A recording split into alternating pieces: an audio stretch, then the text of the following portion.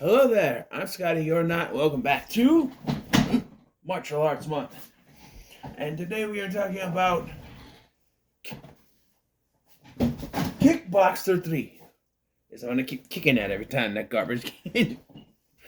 Kickboxer 3, also known as Kickboxer 3, The Art of War. Apparently the second one had a subtitle. I'm just going to put it in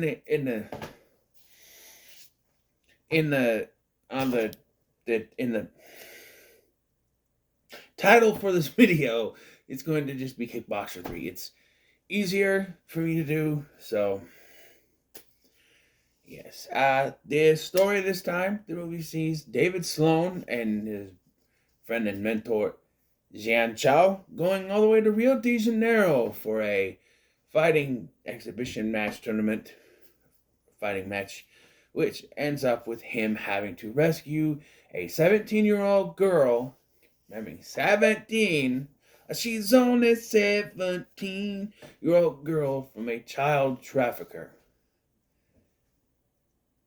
Sounds a lot like Kickboxer to me, doesn't it? Yeah. Now I'm gonna say this. It wasn't bad. I liked it for what it was. You know me. I don't outright hate movies unless it really gets to me, like with Pooh, Blood, and Honey, or some other movies I can't think of off the top of my head.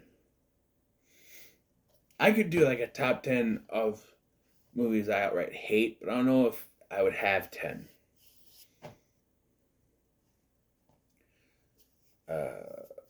But a big plus to this is that you could throw this on without even knowing anything about the first two films. It's that simple. You put it on. If they had called this Art of War, The Art of War, which there is already a movie with Wesley Snipes called The Art of War. I don't think it was out yet. Eventually they'll do The Art of War with Wesley Snipes. But did they call this The Art of War and you didn't know it was a sequel to the Kickboxer 1 and 2, you probably wouldn't know. You see Sasha Mitchell on there like this, Art of War. You're like, oh, hey, he was a Kickboxer too. Put it on. You're like, hey, wait a minute. You could, once they say his name was David Sloan, you think, oh, this is a Kickboxer sequel. But, you put it on, not seeing the first two, you wouldn't really be missing anything. They don't mention anything. There's no mention of Tong Po, no mention of his brothers, nothing. He's just an American kickboxer come to Rio de Janeiro to fight. I think it's because the budget was severely down in this one, from what I hear. But, yeah, it has its merits. It's very quickly paced, too. Because at one point, there's a point where he's storming this guy's compound, and I'm like, are we at the end? It was halfway through. But it felt like it went really quick. Like, I felt like there should have been more searching, but he was very quickly in finding where things connect. That's, of course, it's like 90 minutes long, but it didn't feel long. So, the second one felt like, well, then again, I was watching it in pieces while I was going through work. Watching it a little bit before I went to work, some in the van, some at break. So that's why it took longer. But this seemed longer. Although I did say that the climax felt rushed, but but it does have that martial arts movie template where it's guy comes in, something happens throughout the film, and then movie ends with a big fight. Very much stuff that Rocky put out there. So yeah. And so while David and Jian are sitting there, their camera is stolen. Yes, this is important. It's stolen by a little boy named Marcos, who David befriends. He and his sister, Isabella. Isabella is the 17-year-old in question. So, first of all, I saw this point where they meet this guy named Lane at this. So they go to David befriends these kids, and he invites them to his boxing match. They are obviously street kids. They live on the street or in this abandoned hotel, which, well, not actually on the street. It's still like it's not a working hotel. It's abandoned. It's not, they never finished building it or something like that. But upon, being there, they meet. Uh, David has a fight, but then he's asked by this other guy to be his corner man because his corner man's not there. And so he's the corner man while this guy fights this Martin guy.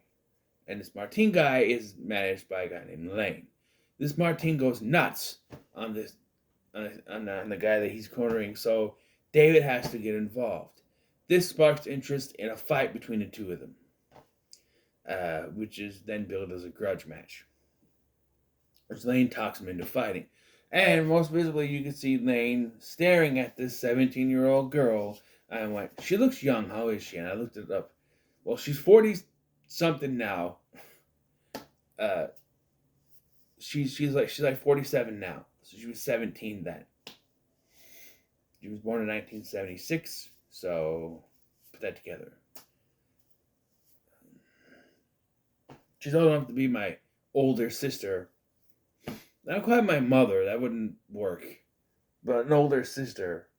Like, I could be Marcos back then, and she's my older sister, I'm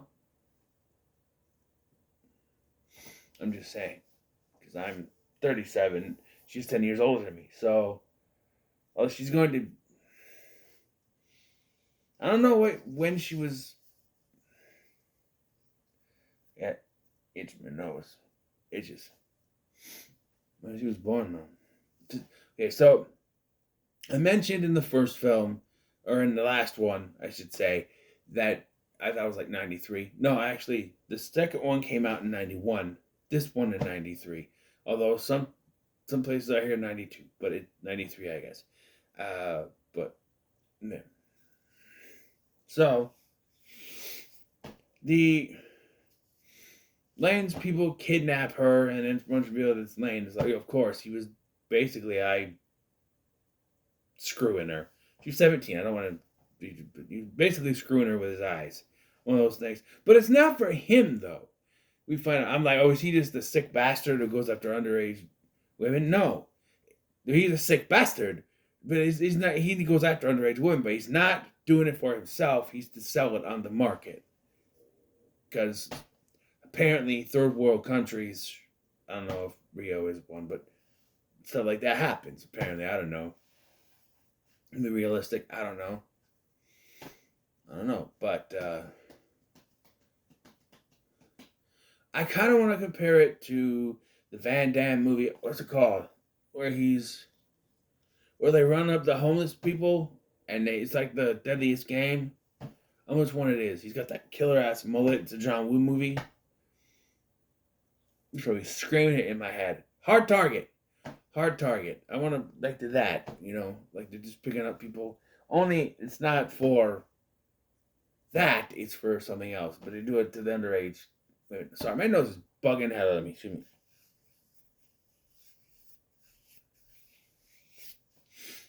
All right, no more touching the face. Don't want to go back to that. I had a whole thing when I first started. When I watched my early reviews of touching my face like crazy. So anyway, I did it on purpose.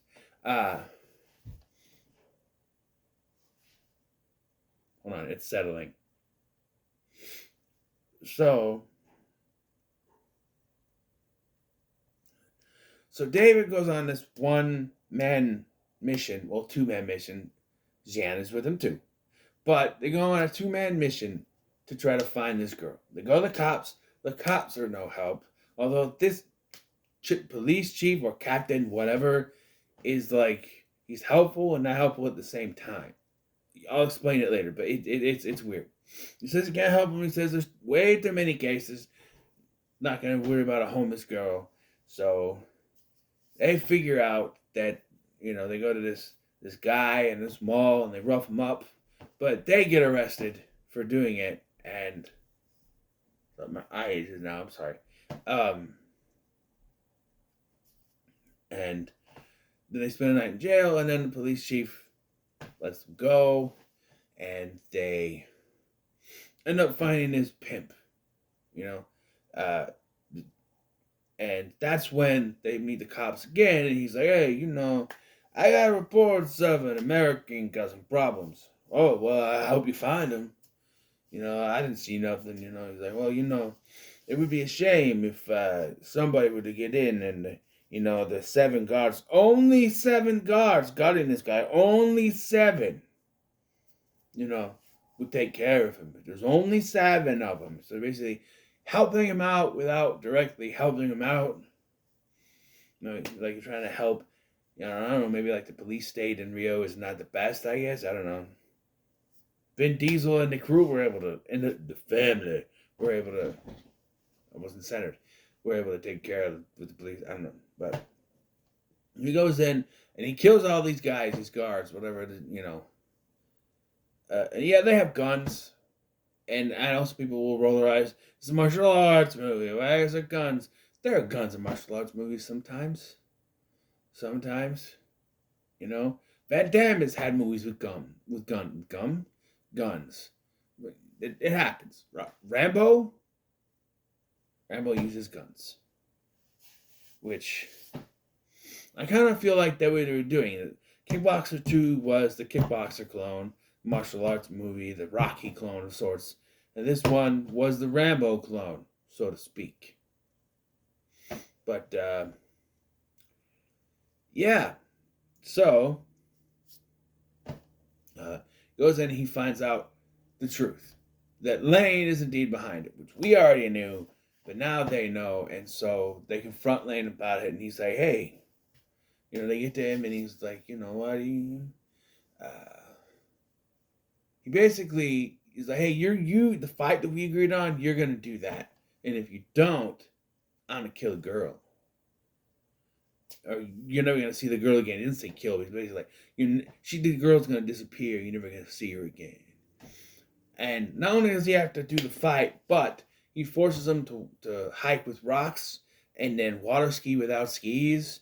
Basically, like, beats him to the point where he's broken and makes a bet for a lot. His whole empire on a bet that Martine is going to win over David. So that's the thing. But then, of course, Zayan uses special medicine, including snake venom, which I like how Marcos is scared of it. He's like, ugh. But, yeah. To treat him and cure him, I guess, and gets him back to strength. And so, yeah, when the fight happens, so if he wins, he gets the girl, but if he loses, girl disappears and all that. But so he has the fight, and he ends up winning, of course, because, of course, this is one of those things they're going to win. Eye is itching again. Sorry about that. No. Mess up the eyelash. You can't win, can you? There we go. Anyway, he wins. He beats his ass. But he reneges on it. He says, no, you can't have the girl, and they take off. But they're able to stop him thanks to Jian, who has the girl, and try to take her with, but no ice. And so they decide that saving her is not enough. They're told there are other girls there because they checked to make sure that she was a virgin, the sick bastards. Which I don't want to, she is, but I don't want to assume, because I'm going to say, well, she's 17, but you never know. You never know. Some people, they have underage sex, which you shouldn't do. Wait till you're 18. I'd even say 21. And if you're my daughter, 35. But I have a son. So 35. Because I don't want to be a grandparent. Look, if I was 24, right, when my son was born. Which, I don't want to do the math, but I don't know. I don't want to be a grandparent before I'm 50. That's the thing. Wait till I'm 50, then go ahead and have a baby. Or I guess if I'm 49 and she gets pregnant and then, she's going to deliver by the time I'm 50, as long as I'm 50 By the time that kid is born, we're all copacetic, right? Right? I'll tell my son that, hey, you cannot have a child until I'm 50. Do the math, right? 9 months. So if I'm 49 and by 9 months' time I'm going to be 50, go ahead. Like he's going to be able to add that up. Anyway, I don't know. He's only 12. He's not worrying about that now. And I should not be worrying about that either, but I don't know. I already feel old with some of this stuff. I'm 37 years old right now. And I already feel old. And I just, and he gets taller and taller. He's going to be taller than me. He's already up to here. Yeah, no. I don't want my son to grow anymore. Anyway, what the hell was I talking about? Kickboxer 3. That's right. Kickboxer 3. So he storms in and he goes to take the other girls, but Lane doesn't want to let him. But Lane gets killed. He gets his ass kicked. And then he tries to pulls a gun out, starts shooting, and then he gets killed. He gets stabbed by Marcos. And then the cops show up. That same guy from earlier. He's like, no murder weapon, no proof. And I'm like, you just threw it in the air. Don't you want to? But he just threw it. It's still on the property. They're still gonna find it. I don't get it. Bury it or something. I don't know. I mean, I guess he's the cop in charge. He's not gonna look for it. But what if the feds are brought in? What if there's an American involved? What if the embassy is brought in? Right? You never know. An international incident this could be. But I don't know.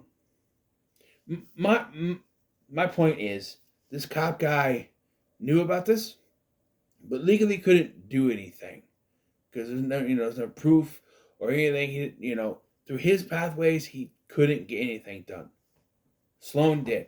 So, yeah, and then they're gonna go have to have a drink because they missed their flight. Apparently, maybe I should drive you to make sure you get on. And John's like, I think maybe we missed our flight. Well, in that case, maybe we can have a lot of beer. But this was fine. I'll still give it a pretty good. I think these first three are strong films. The first one's definitely the best. Second one is next, and then this one, it's not that bad, honestly. I did kind of doze off at the beginning, but that's because I wasn't doing anything. Like, I brought the TV out so I could play, and I just sort of sat here when I started watching. I kind of went, but I can still hear. I can still listen. I just think when I sleep, I can still hear what's on the TV. Sometimes that influences my dreams. But yeah, I didn't mind this one at all. I thought it was still pretty good. So, what are your thoughts on Kickboxer 3? Let me know how much you like, share, and subscribe.